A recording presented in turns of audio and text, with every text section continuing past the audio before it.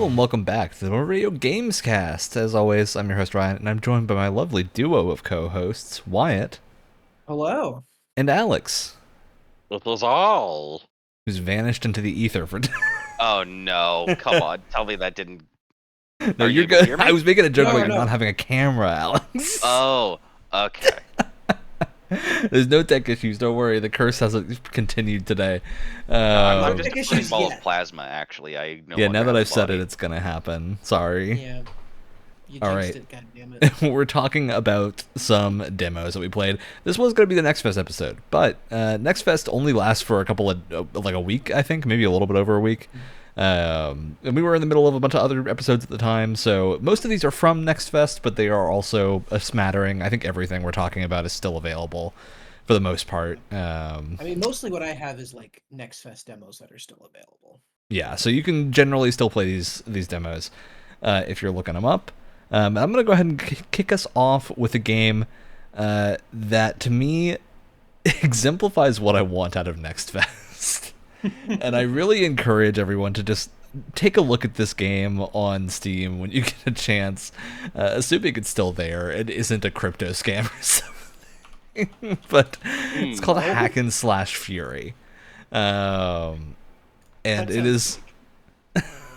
It does sound fake. The full game is free. It is, I believe, a one-person dev team game, and it is really, as the Steam reviews for it say, it really transcends, I think, beyond so bad it's good into a whole new tier. What Um, is this? Oh my god! I Oh, really heavily recommend right. checking this out. Okay, This is the one that I Um, haven't been able to try yet. okay. Oh. Looking at these screenshots, you know what this reminds me of, Ryan? I've been watching a lot of Yeah. Josh Strife Hayes recently, and this looks exactly like an old MMO that he would play for his Oh, for his sure. show. It is Oh, incredibly oh, jank, wow. incredibly weird. The controls screen, and the thing is, I think it's self-aware. Like, but I'm Looks not like some of certain. the normals are really messed up on someone's face. There ain't nothing normal about it. That's the thing. So I'm not sure if it's AI textures, if it's like, Oh, I boy. think they've said that the capture screen image is AI, but it's so crunchy and bad regardless that I'm not sure. It's so low Quite the piece of resolution. work. It's really one of those things where I think you have to experience it for yourself. It's basically just a really basic action game where you go around, you have like a roll and some attacks and stuff. I don't actually know if rolling is still in the game because I saw a Steam community post from the demo after I had played it that said rolling has been removed. What? So I don't know if it's still there or not. Ryan, It's just so. Oh my Ryan, there's god! purchasable DLC for this. Oh, there's a lot of purchasable DLC. Wow, those are some Oh, no. animations. There's a lot of purchasable DLC, which I think are just ways to if you die, you get to keep going instead of dying, is all of it basically, and maybe like an outfit, but the game doesn't look good enough to warrant an outfit. So, Oh my god, there's so much DLC. the thing that really Oh my makes it is the cutscenes. The cutscenes are phenomenal and are maybe some of the best video game cutscenes I've ever seen. That's the way that And a human I- mouth moves, Ryan. I That's the way the human really, mouths have really always recommend at moved. least checking the cutscenes out because it's something special. Wow. Yeah, that was the first demo that I played. At the time, it was a demo, and now it's a full release that you can download for free. So Really go starting do us it off if you strong want a really here. weird, Oh Next my weird Fest is a God. rabbit hell of a hole of drug. things. It's like a bunch of like porcelain dolls just going at It each just it other. looks crazy. It looks absolutely wild. It looks like it reminds me of Reboot. Anyone ever watched that show? It was the Yeah, first yeah. like CGI TV show. Oh It yeah. reminds me of Reboot. Oh my I'm sorry you Lord. have such bad memories of Reboot. Why did Reboot hurt you? Listen, we don't have the time. All right. Like We that don't have the time. jelly We gotta red get into crotch it shot of now. the man in Daedric armor. Yikes. I don't know what's up Um, with that or why it lingers well, on it so long. I guess we have to move on from this. Yeah, we got to move on from it because I really have somehow. not much else to say about it Yeah. other than what's already been I'll- said. I'll go next. This was actually something that Ryan and I wanted to play because it does have multiplayer. Cubic Odyssey. So voxel based, kind of think Minecraft, survival crafty type deal, but it's very sci-fi themed. And the idea is that you're kind of mining all these materials and everything. Wow. You're building structures, you're crafting different gear, and then eventually you can build spaceships and fly them around to other planets. And I never got to that point, but from what I understand, it's supposed to be pretty seamless. Um, it's interesting. I really wasn't sure when I think I saw a trailer for this or something, and I really wasn't sure. I was like, this is either going to be a really cool, if kind of janky indie gem, or Mm-hmm. really bad. This And I looks exactly really, like Minecraft, but with detailed gun models that you can get from a mod. yeah, I will say this: if you're going to do this kind of Huh. like aesthetic, Oh, and diagonals. Yeah. if you ever look at screenshots or gameplay of this, the textures are a little bit much. I feel like you really need to keep it simple You got for ray these guys. tracing from the sun and everything like that, and then Yeah, there's some very busy grass. yeah. But the second you zoom at it, all just looks like it's there's not enough color variation in the blocks themselves to where it just looks like solid blocks of color if you're far enough away from them. It really does remind me of a lot of those games that came out on like the like Xbox Live back in the day before Minecraft was on Xbox, where Huh. they just kind of had that aesthetic and then slapped more realistic textures on it, and it just never looks Mm-hmm. good. Now, what do you But I think have about to say, this? Oh, uh, I have to say, there's actually some cool stuff going on here. One thing I really liked is there's a little robot droid buddy that kind of follows you around, and he kind of brings you through the tutorial and everything and crafting and stuff. But there's some cool stuff going on where, like, if you're looking for a specific thing that you have to mine, whether it's down in the earth or somewhere on the surface or whatever, you can build and install different scanners that will then scan for that specific material, so you can like find it instead of just like mindlessly digging down in the ground until you find iron. You can have them scan the ground and find like the nearest bit of iron, so you have at least like a waypoint to go towards, which I thought was kind of neat. um just like little things like that. And I was thinking a lot of like Starbound during this, because I was really Mm-hmm. excited to play like a survival crafty type thing, but with a sci-fi setting. But I played a bit of Starbound, and I was like, this just feels like there's nothing, a whole lot of like sci-fi stuff going on here. Whereas what I liked about this is that it gets very sci-fi right away. Like, you don't just mine things with a pickaxe; you have like a mining, laser, gun. Yeah. which is quite nice. I do want to play it more. It is interesting. I'm interested to see how far they take the kind of sci-fi aspects of it. My biggest issue was, oh my god, anytime you walk around, the animation of just like moving your stuff around is just so jerky, and it like really hurts your eyes after a while, because you just Really? got all these things like, yeah, it's really, and I don't think they really show it off in any of the trailers or anything here, but like, at least in my experience, they just kind of like jerk around in a way that's really distracting. um and it was kind of frustrating. But I thought it was kind of neat. There wasn't a whole lot of combat. There was like one time where the fort that I was kind of building out was attacked, and that was about it. But other than that, it's got your kind of standard It's cool that it has Minecraft like like raids that you have to survival fight back or stuff. something. Sounds I mean, like. yeah, it was literally like two guys that I had to fight the first night, so it Now, Yeah, I wasn't like, imagine because what it's like an easy first night yeah. thing, right? I keep seeing this trailer trick a lot in here, a few times actually in this bit. What do you think of the? Do they say? They don't say anywhere that it's gonna be seamless when you go off planet, do they? Well, let's see here. Because I I've was under never, the impression that it was, but because they keep clipping right before you would exit the planet's atmosphere.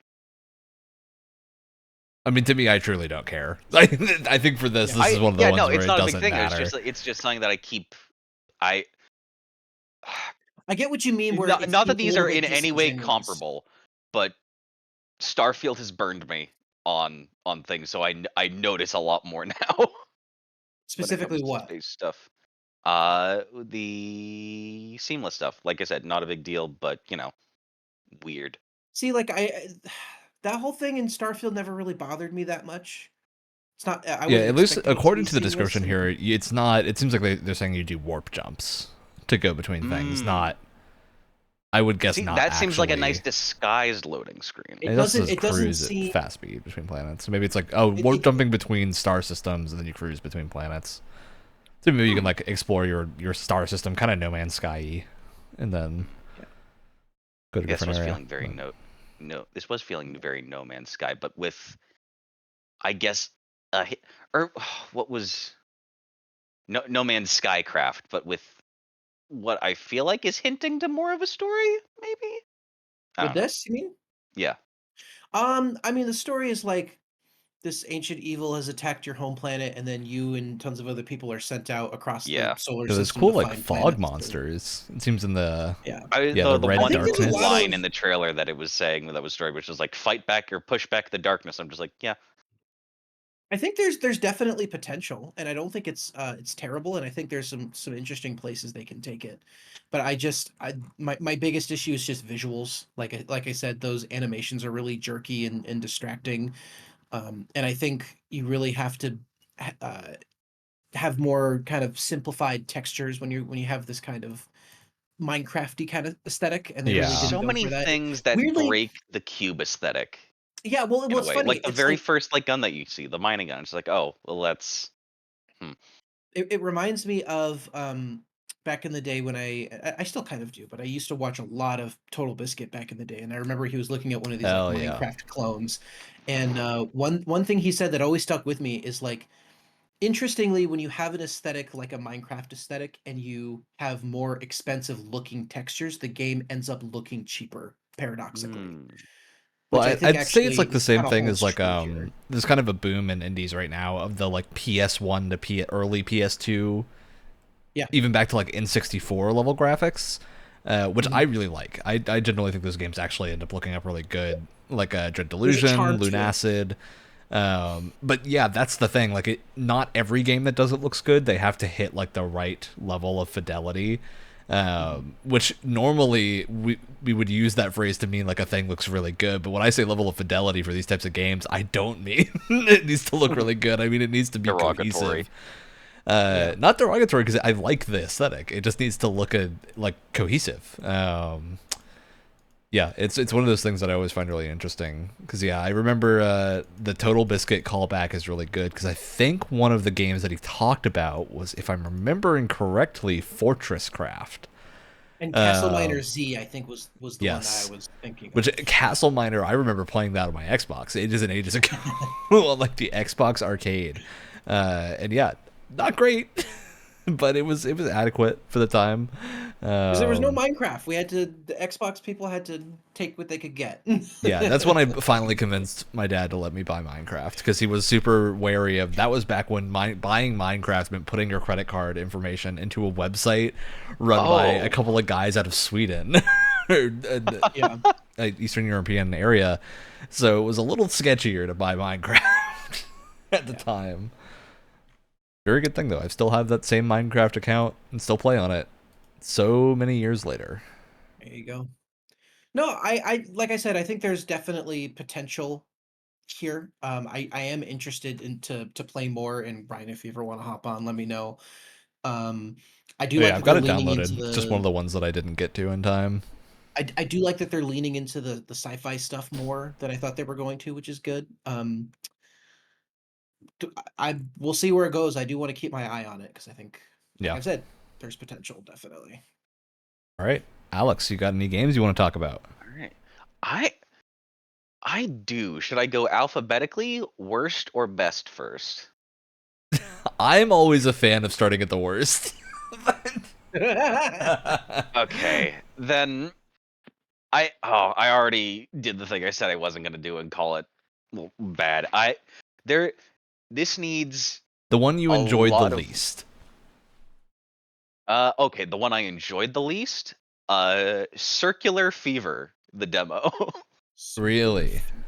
Circular Fever, the demo. This is another one I meant to play, I think. It is a very, very basic rhythm game. Oh no, this is not the game I was thinking of. No, DDR with your fingers, except there aren't arrows showing you, what button it is, and it is not at all obvious before going into the settings what button each is mapped to, because there is no UI except for the circles coming down to their little circle outlines that you're supposed to hit.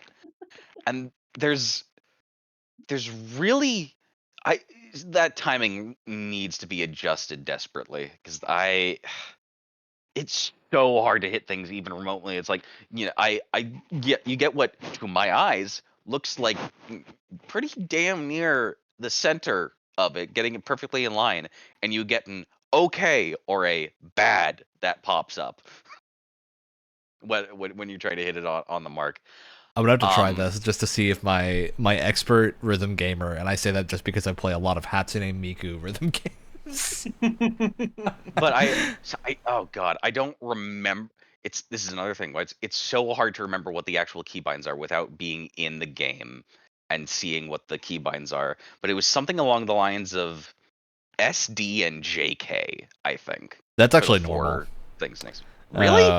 Yeah. So That I've felt played a rhythm awful to game try called to position. DJ Max Respect, which is a very good rhythm game. DJ Max is a pretty well respected franchise, and Respect is the one that you can get on PC. And it runs super well. Great rhythm game. You play with a controller, you can play with keyboard, but the formatting for it makes it look like a keyboard, basically. And a lot of the time you'll see like the 4 wide screen and like the logos and the icons and stuff, and that's the default. The reason they do like SD and JK or whatnot is so you can actually hit like multiple buttons at the same time as if you're typing. So they kind of align you with your typing keys. Or like if you are in a normal typing posture, you'll have your fingers on F and J as your like home key buttons, essentially. Oh, okay. Because you're meant to like that makes mirror more how sense you would then. type, not how you play games. Like it's not meant to be like I will locked or say, something. looking at the UI here, especially looking at the video, the first video they have, Yeah. this feels very mobile game UI to me. And it It's also just like seems like, to me, it just seems very unfinished. Like I would bet this is Yeah, there's really that. early. I also The music might just be not for me. I didn't think Yeah, it what was was good. the OST? What was the soundtrack for this? It was its own music. It wasn't using pre-existing what stuff kind of to music? my uh very very sort of like techno bop. That's how I know how to describe it. Not for me. It's not a genre I've spent much time in. Um, what's Yeah, this is an interesting one because I think a lot of it. like if Daft Punk was actually daft?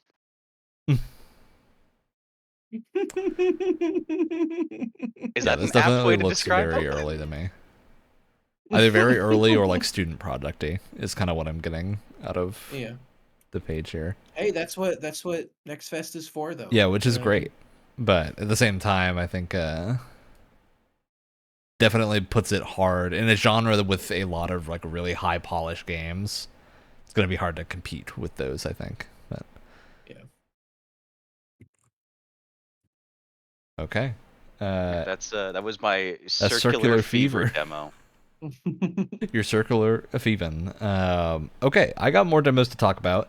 I'm going to talk about one of the ones that I played, I think, for a longer amount of time. There were a couple that I wound up playing for a while, of varying quality levels and whatnot. Especially in quality level, maybe isn't even the right term. More just like doneness. I think a lot of these games are maybe a little bit less far along than others. So I want to mention Doll's Nest, which is a interesting one because the Steam page for this one looks pretty complete. It has a lot of really good screenshots that make it look, I think, further along. What this is it's Armored Core 6, but Mecha Girls.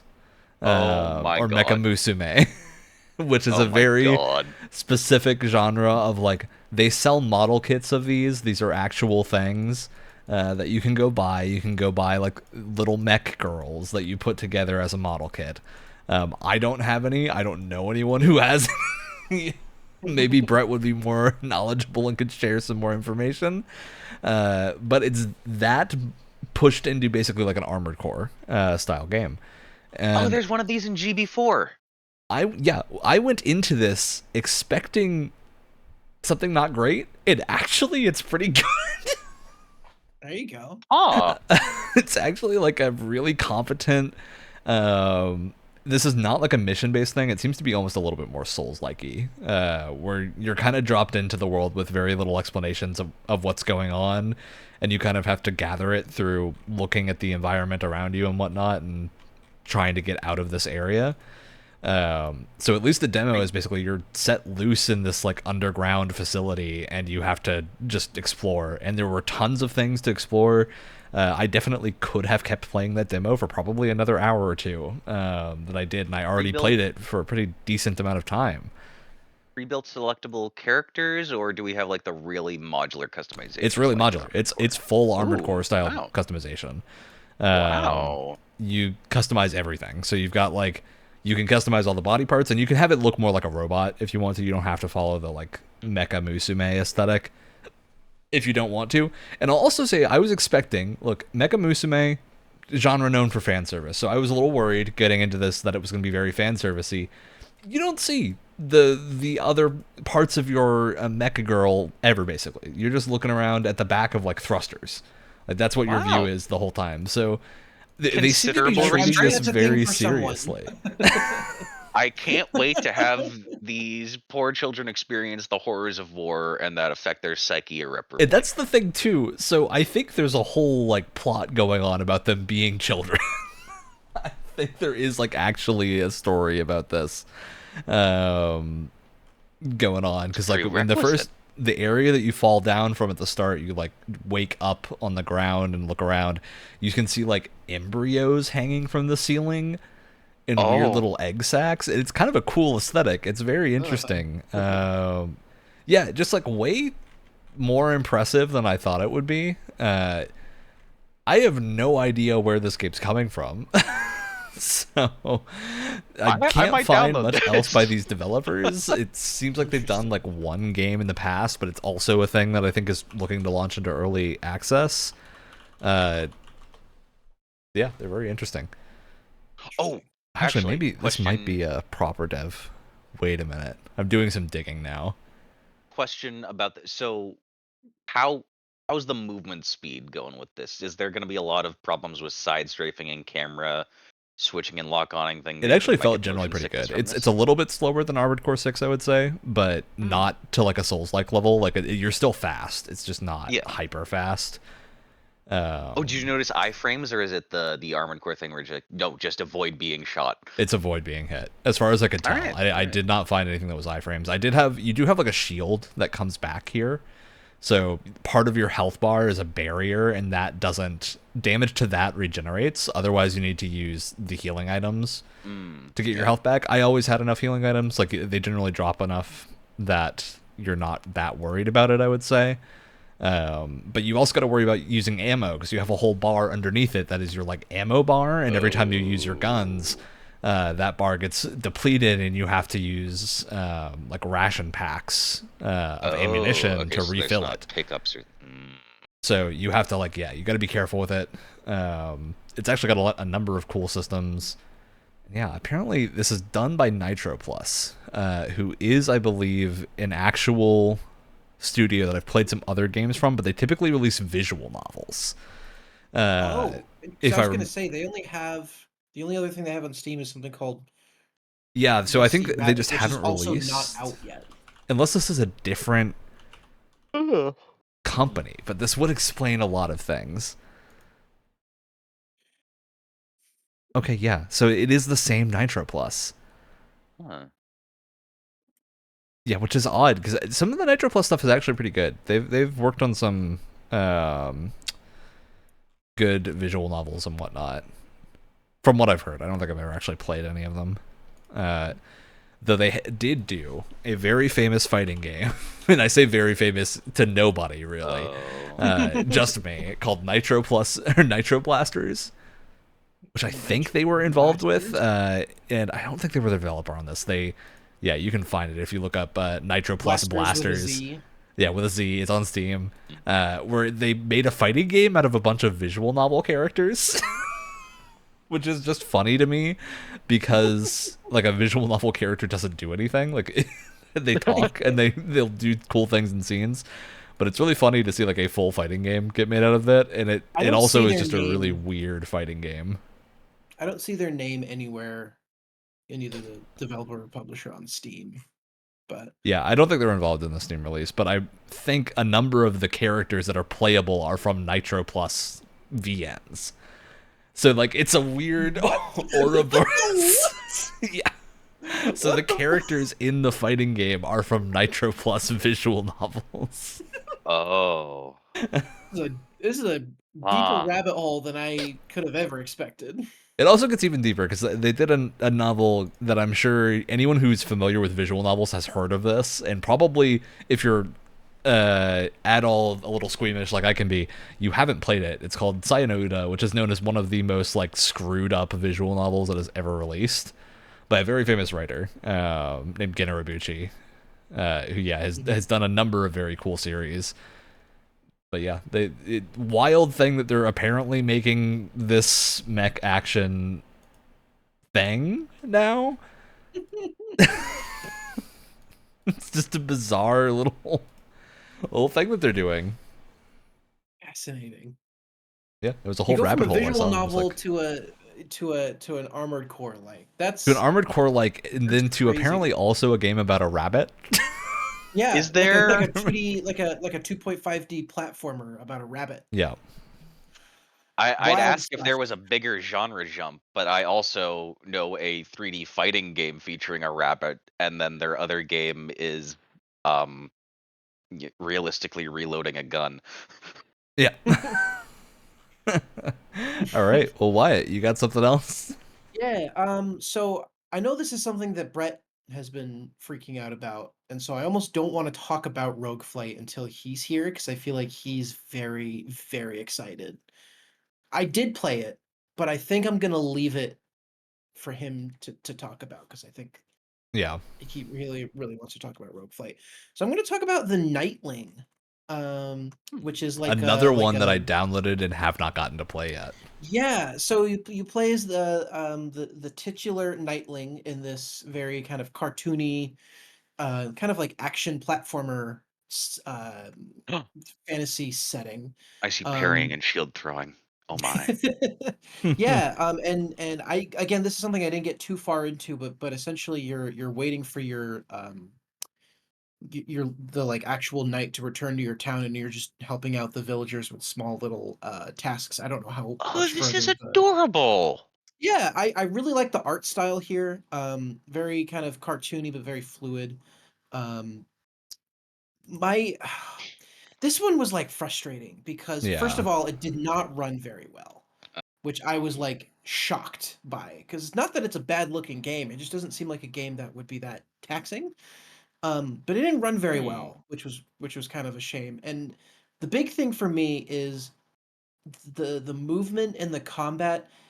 I feel like you can like picture in your brain how it's all supposed to flow, and it's like a bit too stiff, and it was Hmm. like kind of disappointing to play through because you got your attacks, you can throw your sword around, or sorry, you can throw your shield, you can kind of slide around on it, which is kind of fun. It felt very Breath of the Wild in terms of how you Hmm. can like shield surf. Very cool. Um, it's got some like basic kind of like 3D action stuff, but it just like felt a little bit slow and a little too clunky for what I think they were going for. I don't think those are unsolvable problems. I think those are things that can be tightened up over time. um Again, this is one where I want to keep my eye on it because I did enjoy what I played. um but I think I do need to play it more in order to kind of figure out kind of what they're going Hmm. for. Because a lot of the quests I was doing, there's a cute one where it's like, oh, you gotta set up like a trap and then pour paint on this monster and then follow its footsteps over to this other like nest and stuff like that. Really cute quests, but very like mechanically pretty straightforward. And I'm wondering if like are there going to be puzzles? Is it going to get a little more complicated later on? But yeah, no, I really like the art style. Some of the humor was pretty kind of caught me off guard, and I thought was pretty funny. Um, again, potential, but I want to see You need to where it play more. goes. I need to play more because again, the combat is stiff enough where it might turn me off of it of making like a full purchase. Hmm. But pretty Alright. I like the character design a lot for the lead, and all of the villagers in the demo that I played have these like they're fully covered by like a helmet or a hat or a mask, and it's just these kind of white glowing eyes. Yeah. And I really like that Really fun character design. designs. It's really really fun, and it's very expressive, and I think that works really well for their art style. But no, I like the idea of kind of like an action 3D action platformer. Um, I do wonder what the structure is going to be like. Maybe it's more of like a Zelda type deal, or maybe like a collectathon. I'm really not sure yet. But it looks cool, and I definitely want to keep my eye on Yeah, it. I'm excited to try out the demo to see what I think as well, because I think at least the Steam page does a really good job of like selling the idea. So Mhm. they're like halfway there for me. If the game Yeah. itself feels fun to play, I'm very into it. Yeah. All right, Alex, you got something else? I do. My number 2 is crucify me if I'm not pronouncing this right. San Shadow Ninja. TSAN dash Shadow Ninja. I think you got it right. Cool side-scrolling ninja type game. It's like, ooh, there's gonna be some fun stealth action going on in here. It has some interesting like high Oh, detail is this the pixel game you were art telling going me on. about earlier? Yes. Okay. Yeah, it is, Okay. Ryan. I think this is I actually someone's really kind of dig the aesthetic here. I think this is someone's first It looks foray into game making. And I would like them to continue, but Interesting. I'd also 'cause I try so hard for so many of these games to not get immediately negative. I did not have a good or a smooth experience on this at all. So we're talking about a stealth game where you play as a ninja, or a little ninja in training. There's a little like growing up montage. Some of the controls not very intuitive to begin with. So how many buttons would you think there are related to sneaking in this thing? You know, like crouch or hide in a little thing, Hmm. and that. Well, Mhm. I'll stop right there. How many buttons do you think there are related to sneaking? Uh, What a loaded question to ask. I'm not yeah. going to answer because I know you told me earlier. Yeah.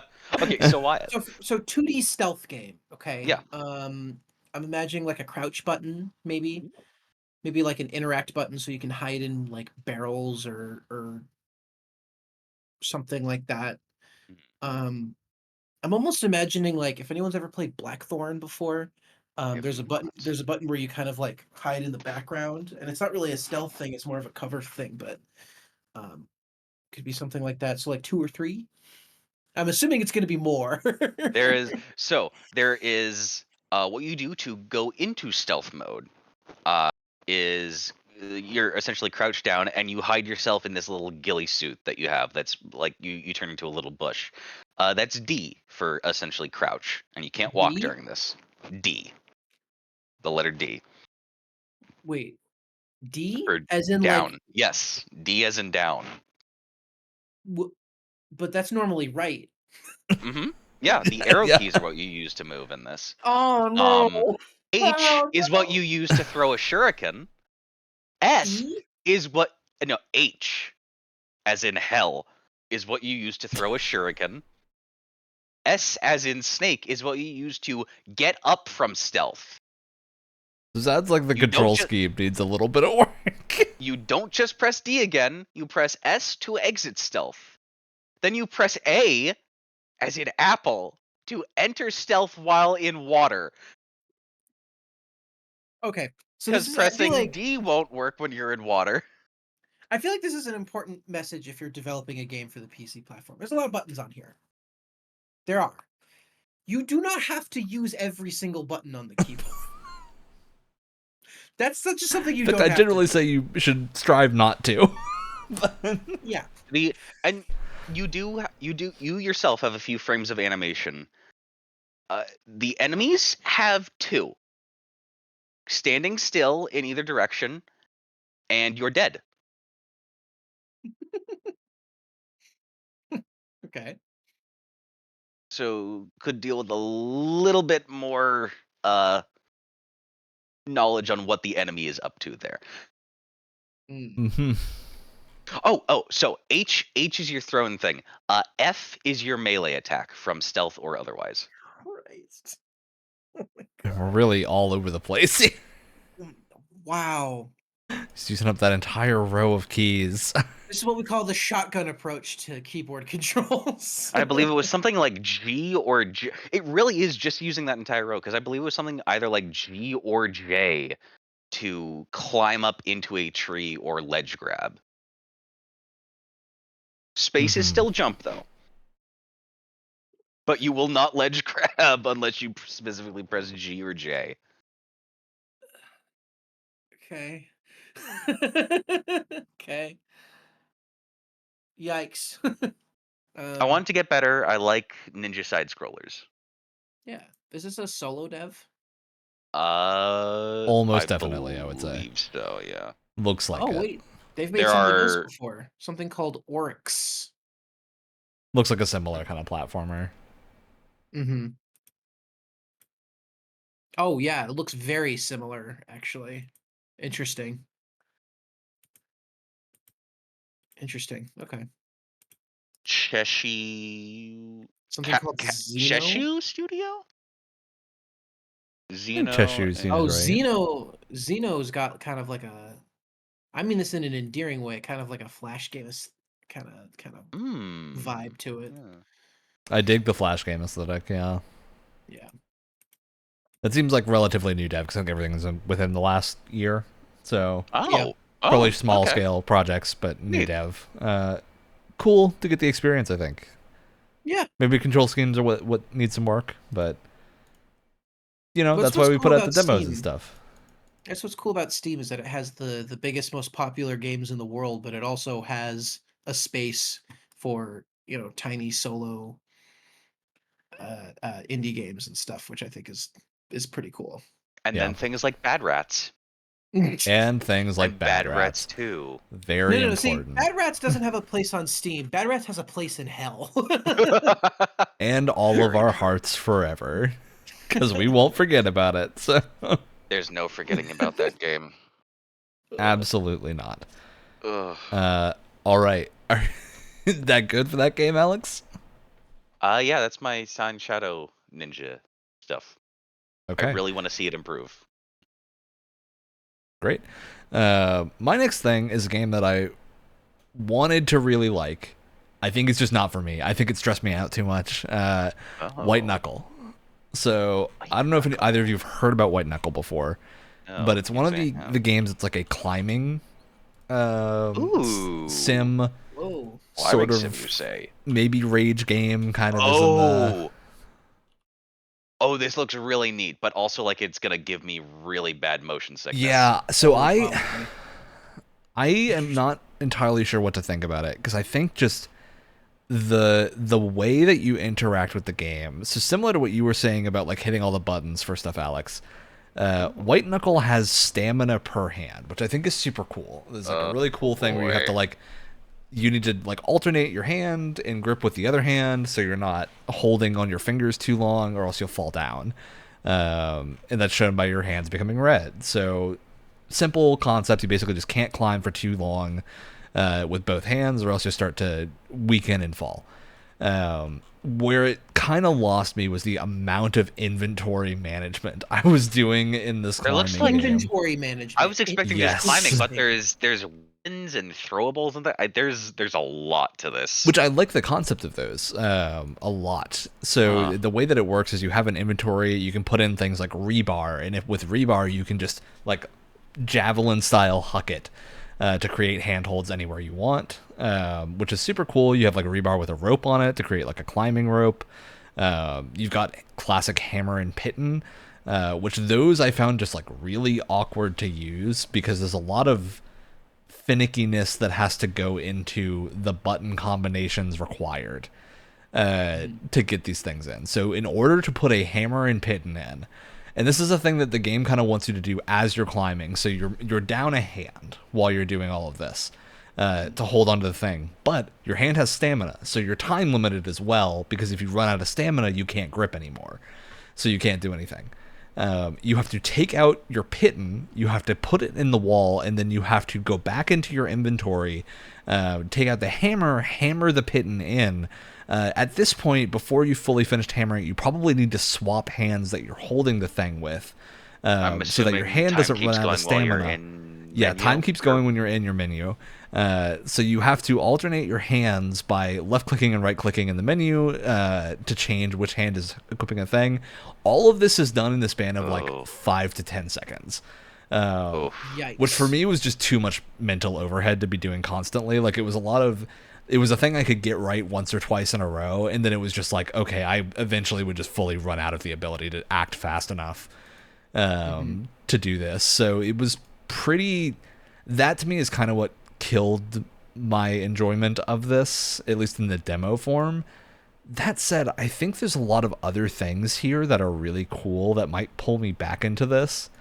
So the way that it kind of works, from what it seems like from the demo, is that it's kind of like a run-based, almost roguelite, and that you are trying to climb as high as possible while this like alien breach is coming from below, so you have to keep getting higher and higher, which is super cool. I think it's a great concept. I do think for me in like a climbing game like this, I tend to really prefer a designed world rather than a sort of progression limit like this, or not progression limit, but like a gen world like this. I don't know if that's exactly how it works because it's kind of unclear from the demo, and I only did 1 or 2 runs, so maybe it is designed and it's just a thing that you have to get pretty far up for that to matter. But yeah, there was definitely a lot of like, at least in the demo version I played, there was none of the meta progression part, which the Steam page does show as a thing that is in the game. So I'm wondering if that's just the early experience, but yeah, it really was like falling had such a big penalty most of the time, where like you would fall and it would be very similar to something like Get Over It, where you're just down, like you're just falling down to the bottom if you're unlucky, or it's just like getting ahead is so effort consuming in the amount of things that I have to get correct in a very short amount of time. Like for me, I think one of the things that would fix it for me is just like if there was even an option, because I totally get what they're going for here. I find it to be really like, oh, weird I wanted to pause in the menu so I can do this stuff, or not. But I find it really weird that you're using up stamina while climbing a ladder, because usually that's the thing in games that use stamina. It's like, okay, you're on a ladder. This is you're using stamina. All your hands and legs are engaged, so you're not running out of time. Yeah, this is very freeform, so there's not like specific things you can climb here. It's any ledge. And ledge is very generous as to what they count as a ledge. So someone's grappling onto a mushroom. You can do some really crazy stuff in it. And a lot of that was really fun, but I would almost like to play this more as like an exploration game than a roguelite. So yeah, at least for me, that's generally my feelings on it. I do think I'm probably going to check this out when it comes out, because the parts of this that I liked were really fun. Like the aesthetic is great. Yeah. The actual climbing mechanics feel really good. I think it's just like the inventory part of it was the thing that I didn't love. So if they get a little bit further in that, and there is a mechanic to have like pockets, so you can you can keep one item in each of your pockets, and that'll put it into the relevant hand when you're up there. So you can like have a piton in one pocket and a hammer in the other, and that kind of lets you get slightly around that. But then they ideally want you to also have some cans of beans in your pockets, so you can quickly swap out and restore your hand stamina by downing a can of beans. Oh, interesting. While you're climbing, which will refresh your hands so you can hang on more. But yeah, it generally was just like a lot of things back and forth. So I imagine some people were really going to love this. But yeah, for me, it was just a little bit too, I think, stressful the end of the time for me to really have a good time with it. But Otherwise, I really like the concept, and I think this will do pretty well. Yeah. Another one that I played recently was called. This title is so funny to me. Alliance Peace Fighter, which I think is Yeah. really funny that it's just Peace Fighter. I just feel like those are two kind of contradictory things. Anyway, so it's kind of like a first person space flight combat type deal. I think it's individual missions. It's not open world or anything like that. And you have these very funky looking alien creatures flying around in these ships. Um, this one was weird. I what really let what really let me down with this one was like sound design. Felt was like weirdly abrasive is the best way to describe it, because Mm-hmm. they have like little beeps and boops from your various consoles on the in your ship and everything in your cockpit. They have like the muffled sound of like your guns and stuff, which is exactly how you want it to sound. But the sounds themselves were very like pitchy, and they were very it's like when you're listening to audio and someone has completely blown out their microphone because they're so loud. Yeah. It's that kind of like gets right in your ear. Um, so that was a little bit and it kind of made me stop playing because I was like this, and even turning down the volume, it's just like the actual sound itself was something that was really bothering me. It's like recorded Um, just abrasively or something. yeah, and I don't really know how to describe it other than you just kind of hearing it. But I do think it's solid for what it is. The controls were kind of odd. To speed up and slow down your ship, I was using controller. To speed up and slow down your ship, you use the bumpers. So you hold left bumper to slow down and then slowly go in reverse, and then you hit right bumper to like accelerate. Which I don't know if that's standard in other space games, but it felt very weird. It's definitely an optional control scheme in X. I don't know if it's the default or not. I don't think it is, but I was yeah, just like, that's why not not terribly surprising. just use the left thumbstick? I don't know. It just Well, it's it because felt clunkier than it needed to a be. lot of games, if they're using a more true to like physics space flight model, they Oh, want to bumper, not trigger. have. Well, you want to have. That's the thing that I don't get is that. Well, no, it does make sense, because you want to be able to self-select your speed independently of where you're actually pointing. Mhm. So your speed is not a like. It doesn't depend on the position of your thumbstick because it's analogous of whatever you're pointing to because you're going to keep going in a direction that you were going in if you have Mhm. momentum in that direction. But I don't know, without knowing their flight model, I don't know if that makes sense for this one. One thing I really did like is if you hit B, you have access to your to like what direction your shields are in, Yeah, and you have control over it's like speed, shield. You can divert power to like speed, shields, and weapons, right? that's very But cool. what's cool, and the way they do it is actually really slick. If you hit B, the game pauses, and using the right stick, it's two separate radial menus, and using the right stick you can move a cursor into Mm. like left, left, right, up and down, like whatever direction you want, so you can have really precise Huh.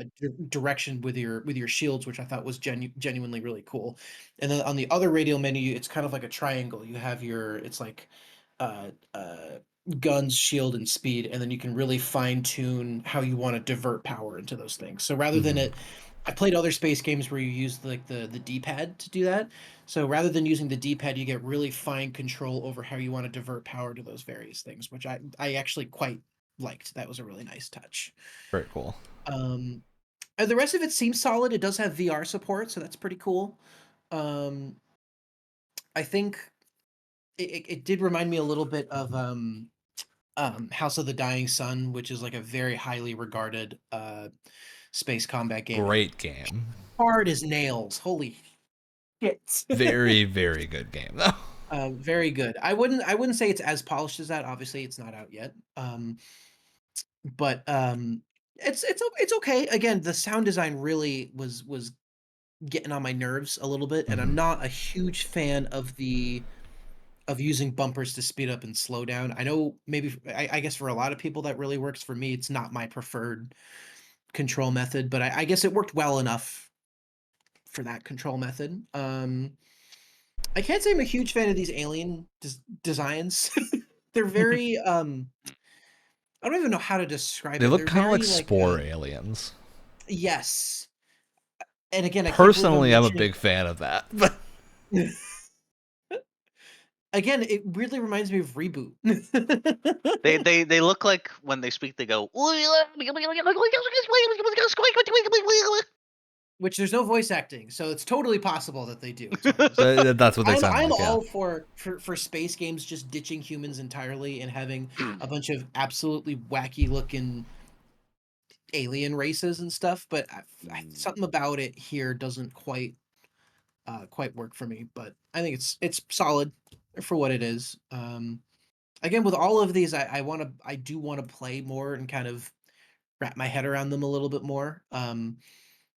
But I think this one seems solid enough if Yeah. you're looking to get that itch scratched and you've already kind of gone through a bunch of your space stuff. This one will probably do it for you, definitely.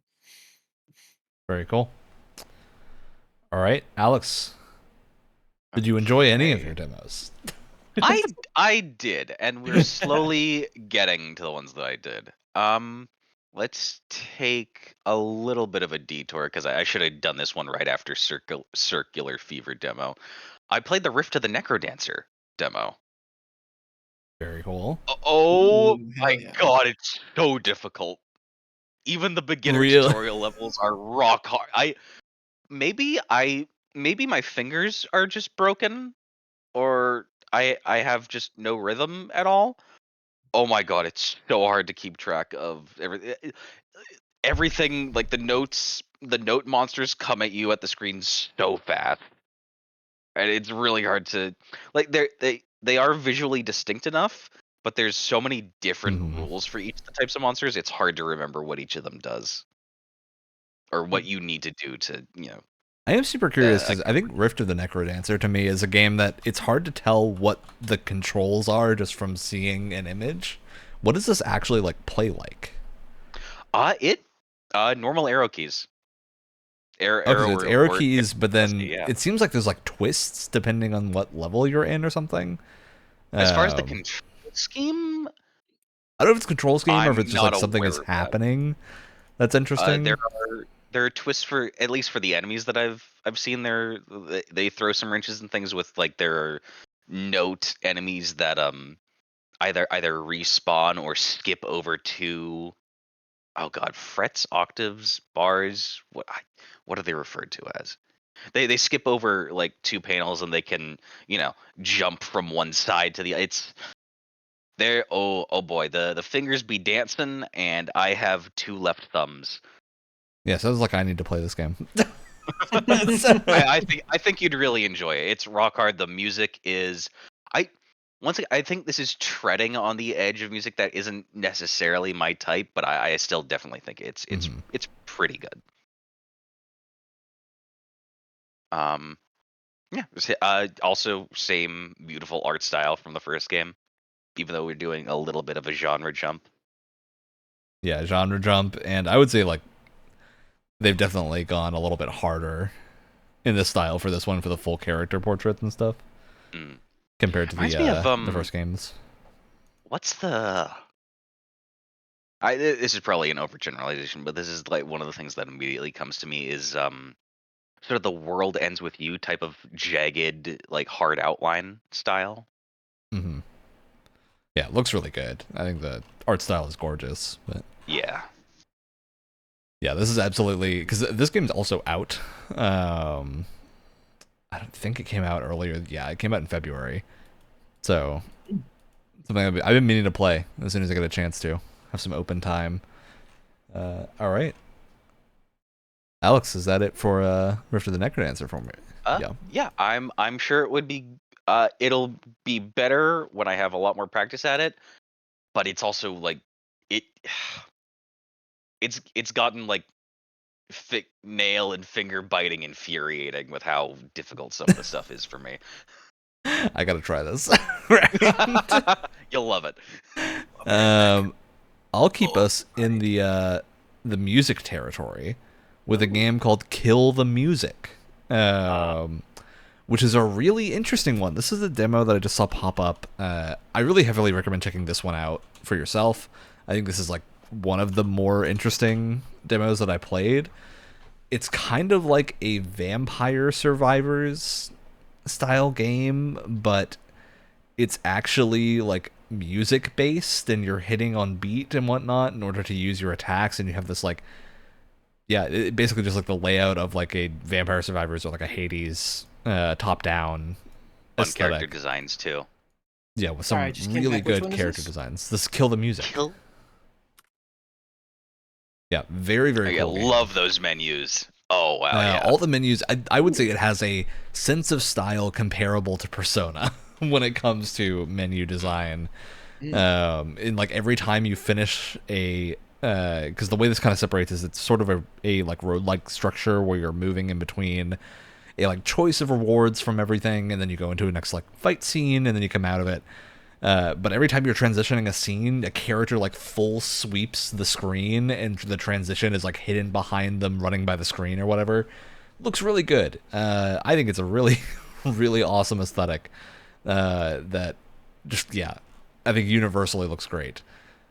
I'm super curious about what this is going to come out like when it fully releases, because I think they released another game a few years ago, actually almost exactly 2 years ago, called Infinite Guitars, which looked really cool, but I heard there were a lot of just like middling things about I it, mean, and the that it music wasn't sounds quite. really good from the trailers, and that's one of the big things about, rhythm games. Yeah, so the music is something I'm more interested in when the full game comes out, because I'm not sure. I didn't play it enough to notice if it was like super heavily dynamic. I think it's supposed to be, but I think I didn't notice it quite enough. So I almost want that to be a little bit more intense as it's going through.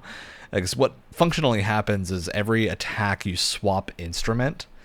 And so you'll like attack with your guitars, and then your keyboards are spinning around you and whatnot. And if you hit on the rhythm, they do a stronger attack. And so you get like crazy buffed attacks for them if you're actually keeping the beat correctly, which is super cool. And then you can enter like a solo mode where you basically get crazy powered up attacks after you've done enough. Yeah, just a really interesting like take on an action game. It's like this because it's not a pure action game. It's more Survivors-y in that your attacks happen automatically, but you're trying to buff them by hitting on the beat instead. But yeah, the actual like designs for the game are incredibly good. Really, really good aesthetic. Cool. Right? Wyatt? Kick ass art. So I got one more here. I got one more. And now this one's kind of cheating a little bit, so I apologize in advance. Because I did play the demo for this, but it was so good that I ended up buying the whole game. So I have a little bit more to talk Ah, about than just the demo. Hey, that's the best kind of demo. Dome Keeper is sick. Dome Dome Keeper. Keeper rocks. Is fantastic. So true story. I downloaded the demo for this and checked it out one night, and within the span of one night, I had purchased the whole game and then stayed up for like 4 hours playing it, way past when I was supposed to go to bed originally, because I just was like Yeah. in shock of how good this was. That's- Basically, 2D pixel art. Kind of side-scrolling view. On the surface, you have a giant glass dome, or sometimes triangle shape, depending on your upgrades. But we'll get there. We'll get there. And it has some sort of turret or some sort of defense system that you can control. And then you can get out of that defense and then mine way down into the earth below you and look for various resources and then bring them back up to the dome, so you can either upgrade your dome or your various defenses or your character's ability to like mine or carry things or whatever. And you're just doing that and trying to survive for as long as possible or look for a Yeah. specific thing to bring back to the dome. There's different game modes and stuff that you unlock as you go. It is just such an addicting gameplay gameplay loop. Is Because there anything limiting your time underground looking for minerals and resources? so yes, because enemies attack your dome in waves.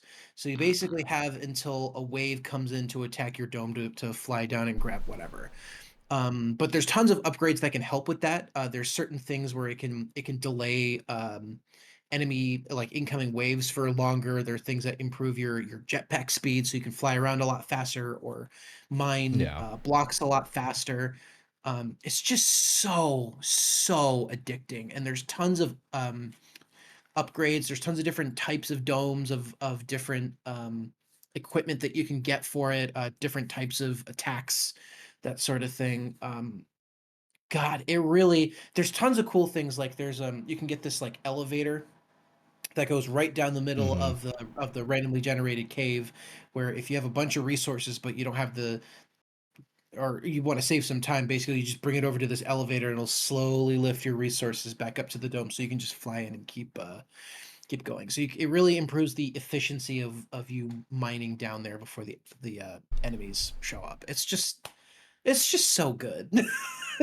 Like genuinely, I have like no criticisms after playing it for 10, 15 hours, however long I've put into Very, it. very Like I good. have no notes. Like Yeah, I've Wow. only played it's like so good. 20 minutes of it, I think, after I Mhm. got it in a Humble Bundle and played a little bit of it and was like, this is really good, and then kept it installed and have yet to play it again. It's a great Steam Deck game. So, It's a yeah, I fantastic imagine. Steam Deck game. Ah, Seems super Funnily enough, fun. I was like, who are the developers behind this? This is like so polished and like balanced and well made.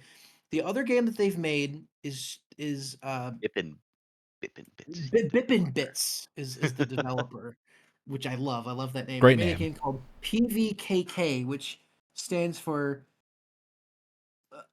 uh, uh I don't even know, but it's Planet another Inevit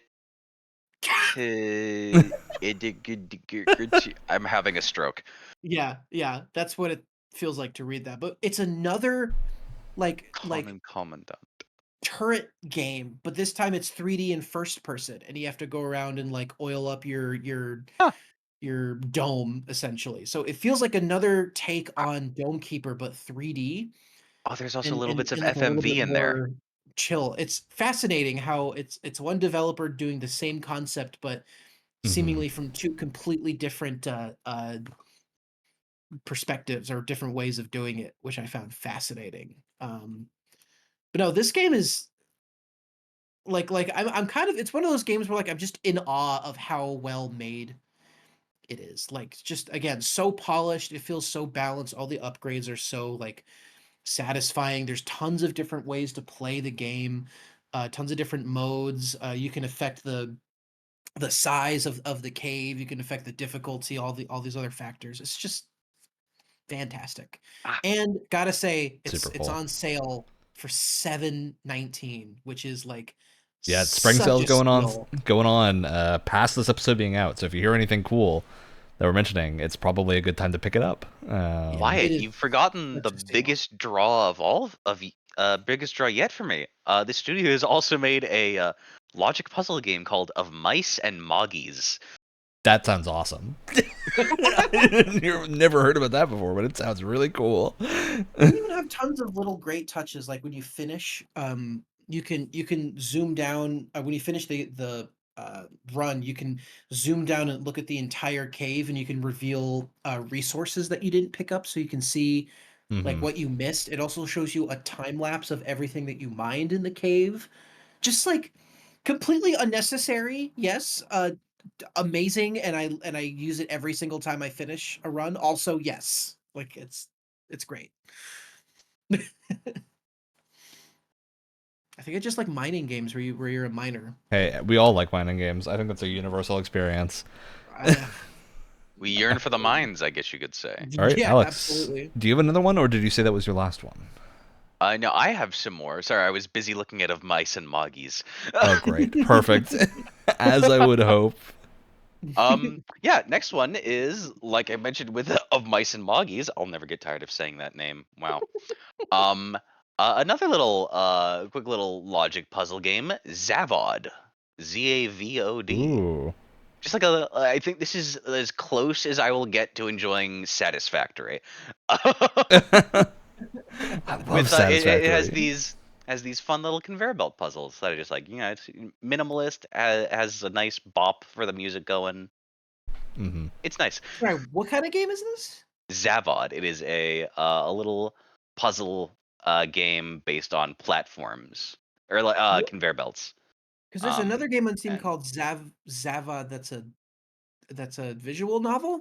So I Yeah, think I'm I saw looking at the that one wrong thing first. here. all capitals. Oh, Zavod Conveyor Logic. Oh, okay. Very different thing. Gotcha. Well, I I like was the horribly minimalist aesthetic is confused. very cool. It Ooh, reminds me yeah. kind of This is another thing that Shapes feels is like another cool yeah. game that's This is kind of in another that thing Satisfactory zone. It kind of feels that like you're looking at like a blueprint or something, yeah, which is yeah. really nice. This is another thing that brought me back to that sort of like flash game era aesthetic. Yeah, Yeah, absolutely. Yeah, totally. I enjoyed this. Probably gonna play some more. Probably tonight. Well, I like they have some other games that look very fun too. Like a cool like slime aesthetic game. Sly Slime. Oh, they have You a help bunch slimes through more. levels. Yeah, these are all very cool looking. They're very cheap. Seems like they make a Soup lot of Sue small scale 2, puzzle games. Laser, Mustache or Revenge has to be the Labgen. greatest name for a video game I have ever heard in my life. That is Do not phenomenal. Fiend steal your mustaches. It is challenging platformer taking you to the adventure through dangerous dungeons filled with This sounds like the ingenious perfect video traps. game. Mustache or revenge. I like Honestly, this for stuff. 70 cents, I might just pick this up. Brian, Yeah, this is they great. have an arcade space shooter called Bit Bullet Bit bullet. Yeah. for 49 cents. Yeah, Growfall Games going under the radar, but these look kind of great. Snake. You know it. Snake. You really don't know. Yeah, the little slime Ah. games. It looks very fun. All right. Is that it on enjoyed this. Zavod? Yep. Awesome. All right. I want to talk. That's a good one. You're in that realm. Let's bring up Roadcraft. Roadcraft is a game I played a fair bit of. Excuse me, a fair bit of. Definitely not for me. This is one I played just more out of curiosity than of any actual enjoyment, which sounds really harsh, but I'm just not the audience. This is a game for people that like in the trailer. Yeah, this is a game for people that like truck simulators and things like that. Was this shown off at the Game Awards or something that we watched recently? I have no idea. That's a Oh, question. yes. I think so. Yep. This studio has made a bunch of games like this. This is from Saber Interactive, who you'll know also made Space Marine. Oh my god. So, very high budget game. They have a franchise that they've called like the Runner games. There's Snow Runner, there's Mud Runner. They have a couple of like Expeditions games, and they're all basically, legitimately, I would say Strand type games. In a bizarre way, where With you're us, we mean that as a positive and not a negative. yeah, I mean, I just really mean it as like what it is, which is that they're games where your main goal is to reconnect things, kind of, and like travel through and fix areas. They almost remind me of those old like search and rescue games that people had as kids. They're very much in that territory. Yeah, I think they're really interesting games. I have not typically enjoyed them just because they're very slow paced. Like Roadcraft, to sell the like pace here. Roadcraft's tutorial is you need to get with your vehicle from where you are to a logging area so that you can swap into the logging vehicle. The way the logging vehicle works is that you then go and you can log individual trees by aligning your arm on this vehicle after you've stopped and found the right place to stop in. You align the arm, and then when the arm is in the right position, you can actually cut the tree, and then you'll process the log and have a log that you can move around and do something with. That's the level of like detail you're dealing with this game. If you need to swap to a logging vehicle to then go get the logs that you might need for another thing later, it's not like a full sim in that it's not clunky. I think this is actually really easy to control. There's only like 3 or 4 controls per vehicle that are pretty sensible. So it's not very hard to get a hand on. I think if this is like a subject that interests you, or if you have a kid that's really into like, as I think many of us were as kids, are into like construction vehicles and stuff, this is a really cool game to kind of have that sort of fantasy. But for me now, it's just too slow paced. I definitely need a little bit more stuff in there, but there's a lot of really cool stuff here. Like Roadcraft's awesome thing that it does, and the thing that all their games do really well is like they've added in terrain deformation to when your wheels go through dirt and whatnot, you actually deform the terrain, which changes how you're able to get through it. The reason I like this tech is because it was in the old MX versus ATV games, where your bikes would like, as you ran laps around a course, the bike tracks would form like divots in the course that you had to look out for, because if you stumble into a divot at a bad angle, you're going to flip your bike or something. Or you'll actually end up just creating like a really good line through a ramp after a couple of rounds. So yeah, really interesting concept that I think they handled generally really well in Roadcraft, but just very slow paced. It definitely, you gotta have some patience for this, which at least right now I was not in the patient mood. So I didn't play too much of it, but I do think this is going to be a really cool game for people that want to play something as in-depth as this. What are the odds on having to wait real time for the tar you're making a road out of to dry? I doubt it. I'm betting the real-time wait is probably like a couple seconds, because this isn't heavy sim. Like, this is way less simmy than Farming Simulator. Oh God, instead, it's a lot more approachable. Yeah. What a Game Pass game for Alex to torture me with. What a game. All right. That's Roadcraft. Yeah. Cool thing. Roadcraft. I'll be honest, I think I'm out of demos, to be honest with you. Well, we can rapid fire Alex and I as leftovers if you've got nothing else, Wyatt. I have 2 more really good ones, and then we've hit our allotted time, so this is just extra at this point, Alex. Oh. Go ahead. Okay, okay, let's see. First one off, I'm gonna save best for last. Let's do an Amazing Wizard demo. This one looked like pretty fun. Another side scroller thing. Aesthetic looked fun. I think the art still feels a little. Oh, I think it could use a little bit more pop in its visual design in the actual in-game stuff. What was the name of this again? An Amazing Wizard. Very cool. I love like their the logo art. I design. like emotional stuff. Yeah. And so this gameplay focuses on it's very sort of Metroidvania in its exploration. Gameplay focuses on you either finding spells or buying spells and combining them in different ways to make new spells. It's a little limited on how I've seen the interactions work out. Like, it's either depending on which one you have first or second, it'll just like make, okay, the second one turns into a radial attack that shot out from the first one when it impacts or things like that. That's so I think cool. It does work pretty well, and there's a bunch of different stuff you can do elemental wise with the different spells, but I think a few more interactions besides just a burst, like a radial burst when the first spell impacts, could really help with build variety. Yeah, it'd be cool to see some more like I'm forgetting the name of it, but that crazy wizard platformer that I know, Alex, you have played before. Oh, Noida? Yeah, totally. Noida was. I don't think it's definitely not as simmy as that, but the absolutely. But like some of the stuff that game lets you do with combinations is so much fun. There's also, this does look very cool though. When you're out of spell stuff, there's also, you have summoned weapons by you that are easy, sort of like melee equivalent attacks as well. Yeah, I like it. I'd like to see more of this as well. Yeah, seems fun. All right, decent enemy variety too. I'll rapid you fire back with a throwback, which is Zombieville USA 3D. So I don't know if anyone here remembers Zombieville. If you look it up, you might, because Zombieville was super popular in the early era of iPhone games. Oh, So what this God. is a fully remade version of it that is a like buy once PC game. I just played the demo because I think I don't tend to love these games, but I actually had a lot of fun with this.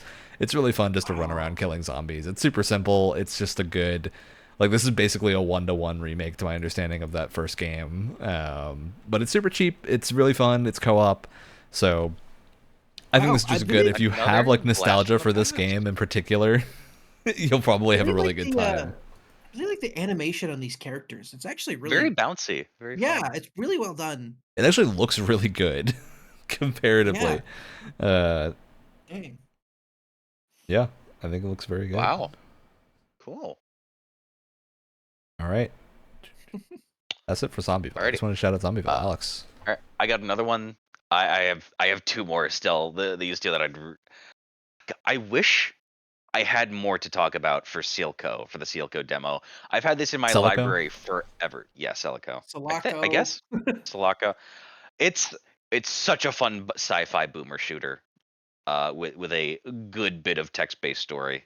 Oh, love it. Yeah, I'm super excited for the full Guns release feel of this really game. good.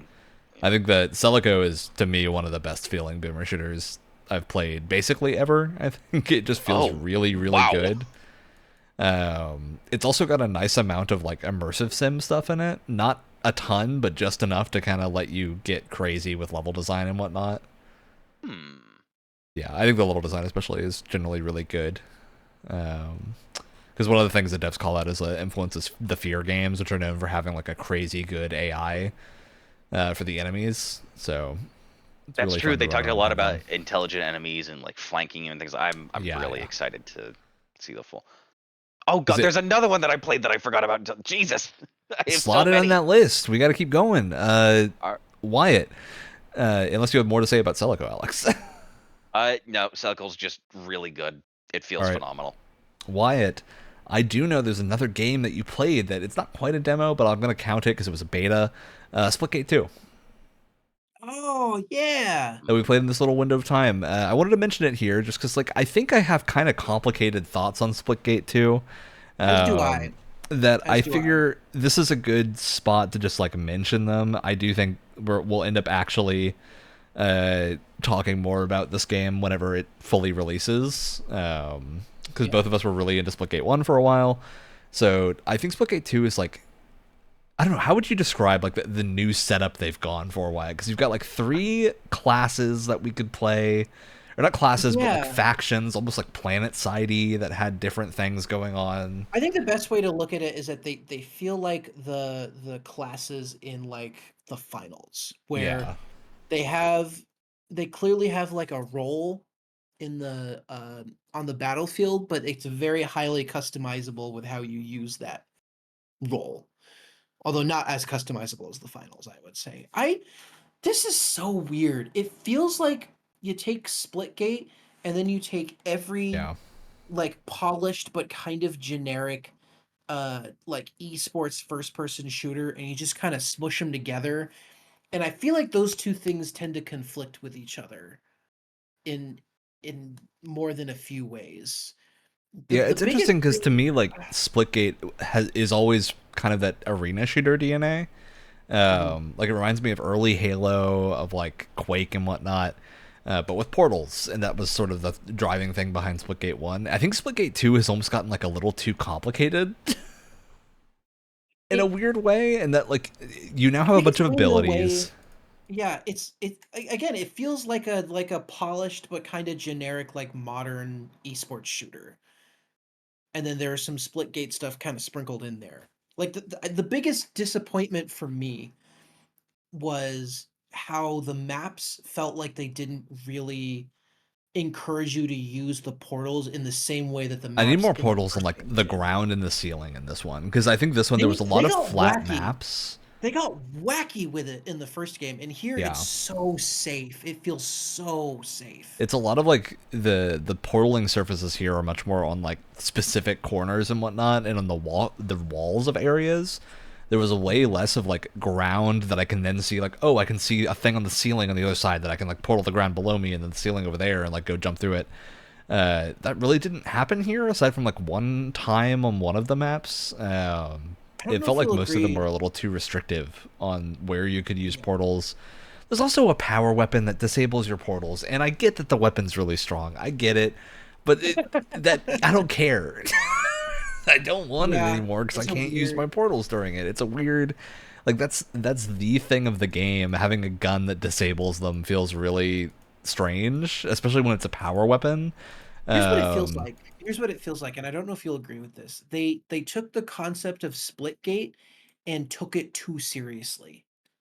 yeah, Like they sort of. wanted it I totally to get be that. a legit like esports game. Because I keep coming back to like esports shooters, but that's really what it feels like. Like again, very polished, good looking game, gotta say. Uh, uh, Yeah, very very nice like texture work, lighting. Some of the maps looked kind of cool, but like it really just didn't get weird with it. Like some of the maps in Splitgate 1, when you first look at it, it's like, what the fuck am I looking at? This is so weird. And then when you start playing it, it starts to make more sense.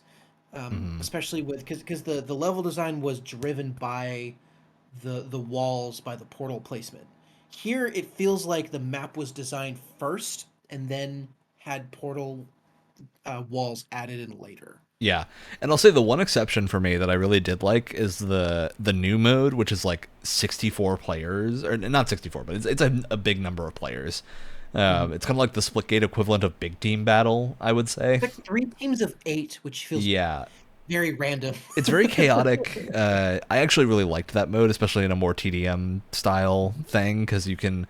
The maps are really big, and the portals feel a lot more useful in those Yeah. maps, where like they do let you traverse a distance that is much further than normal. Because the other problem I had on a lot of the small maps is it felt like I was disincentivized to use portals, because generally I could just kind of run to wherever I needed to go faster than I could portal to get to it.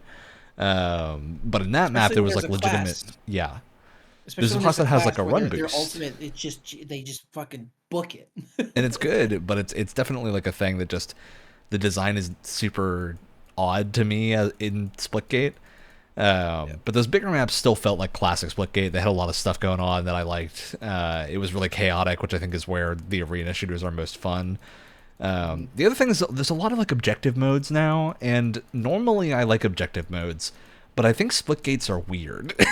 Like there's one that's like Yeah. kind of it's like a griff ball capture the flag. I kind of like that one because it's sort of a unique thing.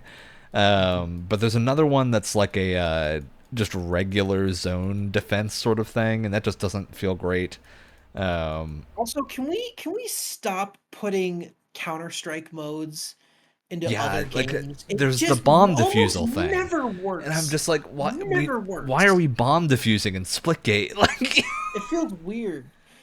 I feel Splitgate, like, the first one was a lot like Titanfall, where it's one of the few shooters where I'm okay with it being TDM because there's so many interesting things going yeah, on. or like Um, I'm okay with like kill confirmed level, right? Like I think that's kill confirmed and kind of CTF because the portals would make capture the flag really interesting if the levels were designed around it. So I think those two modes are like a really good fit for Splitgate. In general, the maps did not feel designed enough around the portaling to make the capture the flag type modes feel good enough that they mattered. And the bomb defusal mode is just like it felt super weird. Like I don't want to be standing still placing a bomb in Splitgate, or like searching the environment to defuse it. It really felt awkward. I think compared to what I would want out of that game, especially because it's an elimination mode. So you're dead and you're like dead for the round at that point. mhm. So yeah, not a huge fan of that stuff. I I do really want to say would it's want to see not more normal terrible. stuff. The It's shooting not feels great. terrible. Like the actual Yeah, gameplay feels good. It just like the level design and the modes to me are just weird fits. I think Um, it's easier to forgive because it is free to play, and the one thing we don't know is how they want to monetize this. Like, I yeah. have no idea what that's gonna look like, because they haven't really talked about it. Um, it's not awful. Like, I think it could be like a fun, just like play it for a little bit here and there, and hmm kind of move on with your day. But it really feels like they're trying to. have it be more competitive, and I just think that was the wrong mindset for something like Splitgate. I think Yeah, because I'll Splitgate use is better. the finals as an example, because I think the finals really understood the type of game that it was when it designed its initial mode offering, where it had like Mhm. the quick cache and the banking mode, where like functionally those modes are kind of similar to the Counter-Strike mode, but there's 3 teams, so it's a little bit more interesting. You're not eliminated when you die, you just have a respawn timer that gets longer as the match goes on. And a bunch of stuff that I think also just like made those modes feel really fresh. And Their I think modes, Splitgate totally could do that same thing, right? Like it could totally have its own like new ideas and kind of not rely on, especially the bomb defusal is just really strange. yeah. Finals was really good at taking game modes that fit their destruction really well. Yeah. And I feel like that's the thing that's missing here is that you have this really cool like arena shooter with a portal gun concept that still is super interesting and something that we don't see anywhere else. Hmm. But it feels like everything else that they're adding to it is really taking away from that. Like there are whole matches where like genuinely for a majority of the match I forgot that I had portals because you just don't, it feels like you don't need them, especially in the smaller like objective modes. It which is not what I want to be feeling when I'm playing Splitgate. Yeah, I want to be portaling constantly. Yeah. Um, all right, Alex, you got another demo to talk about. I do, but I also just found my shout out for tonight. Oh my god. Well, that's for later. Yeah, okay, You're okay, getting okay. ahead of yourself. Okay, so yet another demo that I keep remembering. Oh, I found that. Oh, I really had fun with this one too. Was Haste Broken Worlds demo. Oh yeah, You I play as yeah. wanted to this play this, but little did not get the time. Yep. I have researcher this one girl installed. who is outrunning the death of the universe. And you could also have a board. I oh boy, it's really hard to get some of those angles down, but it feels very good when you're able to So I'll also say part of the get reason up I'm to really speed. excited about Haste is it's made by the Cluster Truck developer, Landfall, and Cluster Truck. I Oh, don't know if you've played it, Alex. Is I've heard of phenomenal. it.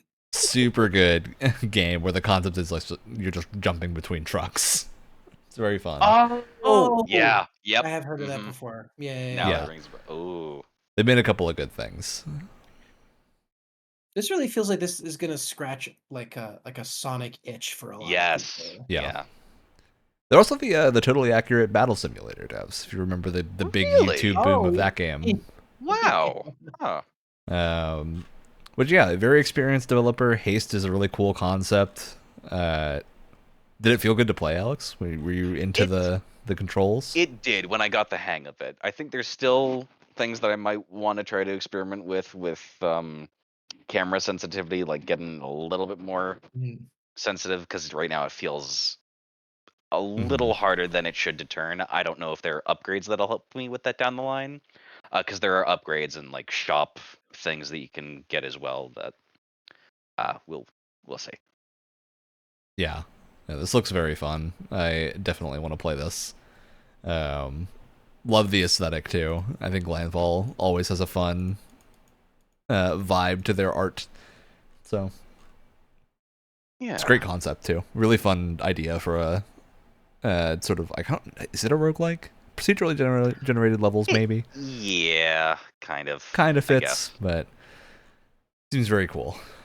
When I It, quit out of the game, finally, it said it asked me if I wanted to abandon my run. So I'm assuming yes. It Yeah, the considers run itself terminology a makes it me does think have that. action roguelike in its tags. It's not like the first 4 or 5 that show up, but it is in there. Yeah, yeah. All right. Uh, I got 2 more that I'm gonna kind of rapid fire, just because they're not the highlight, and then I have one final game that is the gem that I found that Ooh, must Yeah. be shared. okay. First of all, I want to mention Metalbringer. This is not a Next Fest demo. This is a demo for a game coming out. It's from a studio that made previously a game called Samurai Bringer, I believe, that I played a ton Oh, of back when it sounds like they're released. bringing a lot. Yeah, they're bringing quite a lot. They're really fun, like just actiony roguelites. Metalbringer is a mech themed one instead of a Three Kingdoms Hell themed yeah. one. So Hell yeah. I had a really this fun art time. style is crazy. This looks so good. Yeah, their art style's wild. So it's like 3D models, but they have a shader running over the whole game that pixelates it, Whoa. which is really cool, and it works like remarkably well.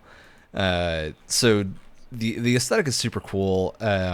You kind of run around as like you have a labor, which is like a humanoid robot that you control, and then you get in and out of arms, which are the crazy like gigantic mech things.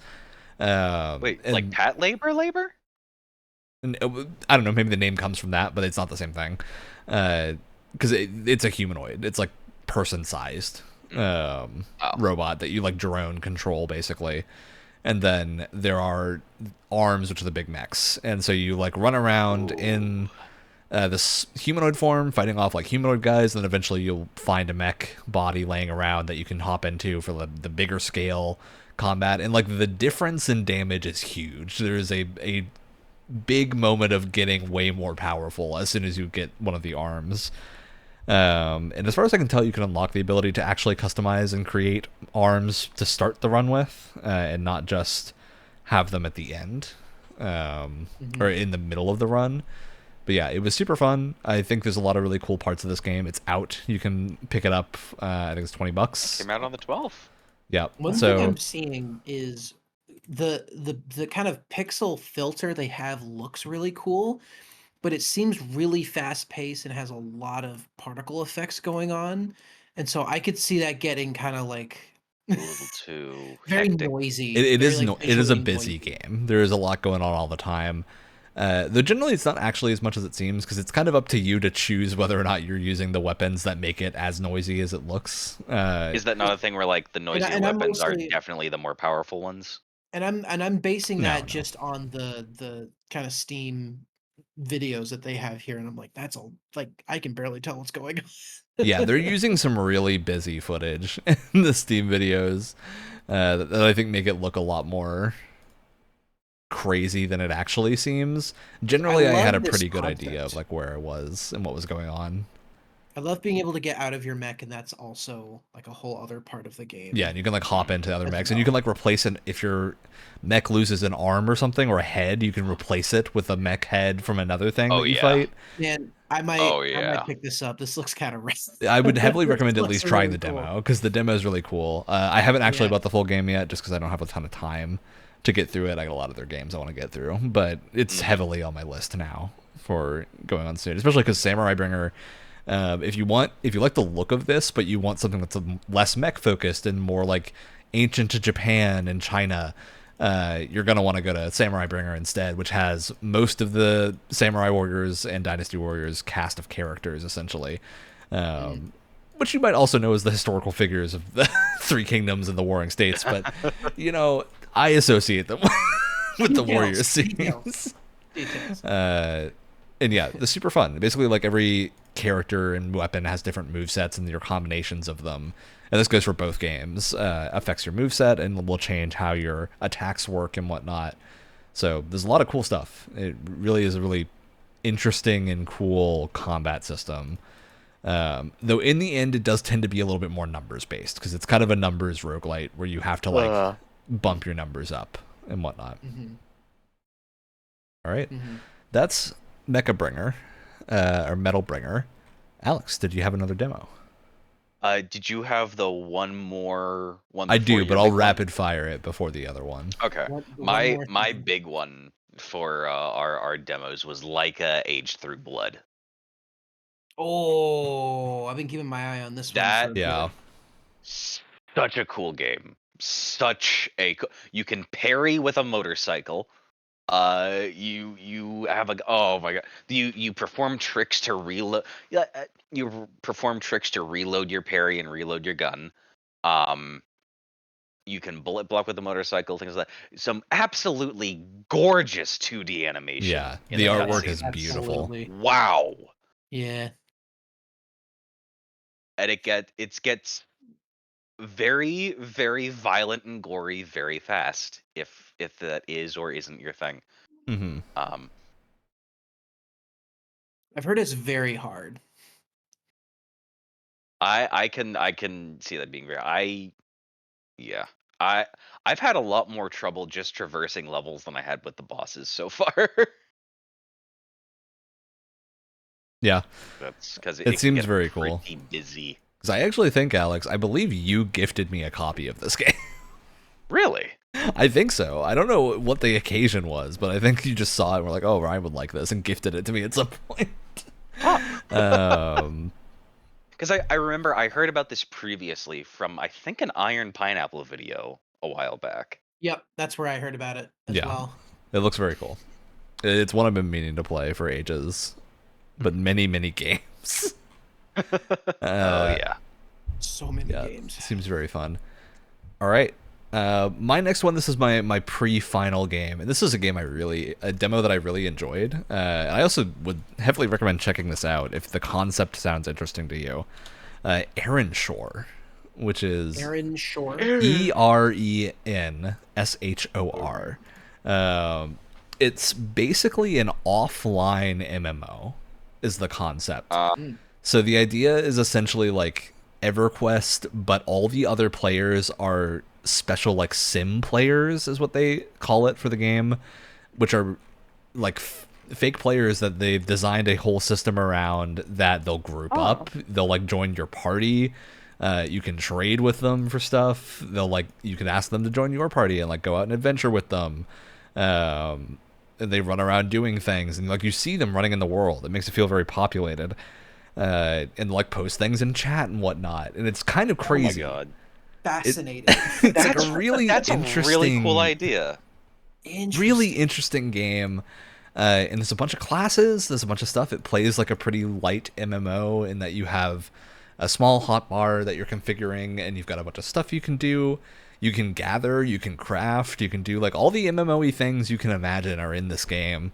Down to like there being a little starter island that is your starting place, and you run around just filling and doing quests for people. It's got like a Morrowind style chatting system where the way that you interact with NPCs is you like click on their dialogue, and you can ask about things by clicking on like highlighted text and whatnot. Text-based puzzle.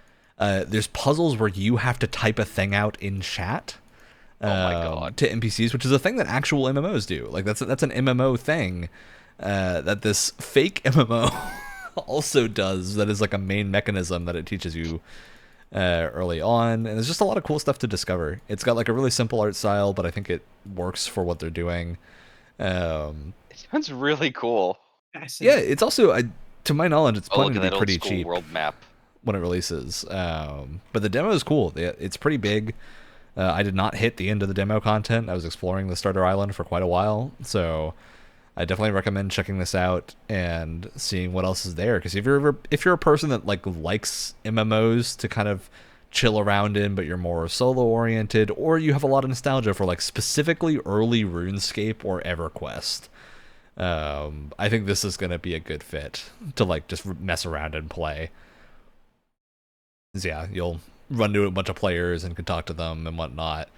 And I think some of them even have like fake personalities based on the player type. It's very interesting. It's just a super fascinating design, which, yeah, I think is very cool. Fascinating. All right, Alex, unless you had anything else, I'm gonna hit it with the big one. Nope, not until my The shout out. biggest game, and this is a game that everyone should download immediately and play. This is the highest of recommendations that I can give. You're acting surprised, Alex, but you're not going to be when I say the name. Wizard Quest 2. Not surprised at all. My This god. is one of the ones I played, and this is specifically Wizard Quest, Wizzerd. So not Wizard, Wizard Quest 2. There is a Wizard Quest 1. It is free, and you should play. This is a game made under like shoestring budget N64 style. The demo is called the shareware demo because it's meant to be a like reference back to the age of shareware. Oh my god. And it looks like it too. It's super fun. It's basically a simple like combination of a boomer shooter and a simple RPG. Where you go around like you can talk to people and everything, but you also just run through a dungeon, slaughtering a bunch of evil. What I would say look quite a lot like the enemies in Wolfenstein. Basically magic fascism, which I think is super fun. It's a really cool concept, and it's just a lot of fun to explore the world. There's a lot of cool stuff in there, and the demo is big. I played for like 2 hours and did not hit the end of it. Lots of like little dungeons and stuff, and there's side quests and a whole bunch of other things, and even FMV cutscenes, which are my favorite that's thing right. That's in incredible. any game. I was so excited when it happened. Yeah, heavily recommend checking out Wizard Quest 2. I don't know if the full game is going to be free like the first one. I wouldn't be surprised if it wasn't, because I think this one is definitely good enough to warrant a price tag compared to the first, because I think the first was definitely more experimental, but this is like a full-featured thing. Yeah, heavily recommend at least playing the first one if you're interested in this, because it's very, very cool. That's Wizard Quest. That's my list of demos. Oh yeah. Ran through the whole thing. So I hope that was satisfying. I hope you got what you wanted out of it. And now it's time for shoutouts. Oh boy. I want you to Google this, or I want you to search up this Steam game, because this is absolutely my shout out, and I want you to tell me if you don't just absolutely feel like bopping to this. Methods, the detective competition. What? What am I looking at, Alex? What the fuck is that? What am I looking at? You're looking at Methods, the detective competition. It Is this a detective battle royale? Yep. Wild. Well, in story, it's not an actual battle royale. It's it's a visual novel with 3D environment, checking around for clues and things like Eye of the Somnium Files. Mm-hmm. But it's also sort of it's very nonary games pilled, I think. Oh, totally. Looks like it. 100 chapters totaling 139,000 words. Wow. Jesus Christ. And there is also a Very DLC called interesting. Locked On, called Methods, the Canada Files. What?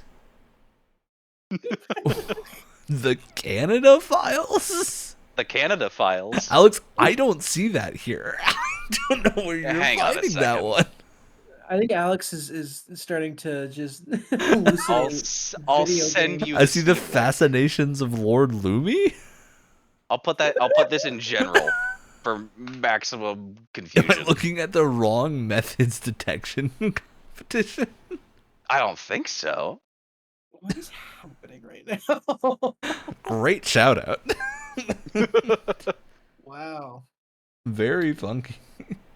All My right. shout I'm out isn't nearly absolutely as, going to be playing this game. Holy shit. my shout out is not nearly as interesting, unfortunately. I over the weekend, and actually a little bit before the weekend, have been playing both in a group of two and a group of four, Gauntlet Slayer Edition, which was I believe a PS4, originally a PS4 launch title. That is kind of like a version of the classic Gauntlet arcade game from back in the day. But this version, it's a little bit more modernized. It's got some more stuff going on, and it's designed to be like a console and PC game and not an arcade game. Really, really fun kind of dungeon crawly kind of hack and slash type thing. This is the series that inspired Diablo. Fun fact. Little thing though, when I was playing this originally, I had completely missed the developers of the game, and I had no idea who made it. And then all of a sudden, I looked it up because I was like, wow, what else have these guys done? It's Arrowhead, the guys who made Helldivers. Wow. um, this game is really, really fun, especially if you can get like, console couch co-op with 4 people. It's a lot of fun and can get really stupidly hard. But is so much fun. And it's very cheap on Steam right now. It's literally $3. It's really, really well made. Yeah. Alex, I do have to kind of put your shout out into perspective again, Methods the Canada Files is a full sequel, not a DLC. Oh, yes. It's an in early Oh, access boy. sequel. That's what he wanted to hear. Oh, Yep. yeah.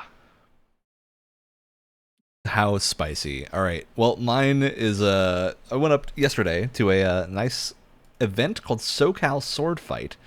It's a big sword fighting HEMA convention in California, and got to see a bunch of people do longswording as a tournament. It was very fun.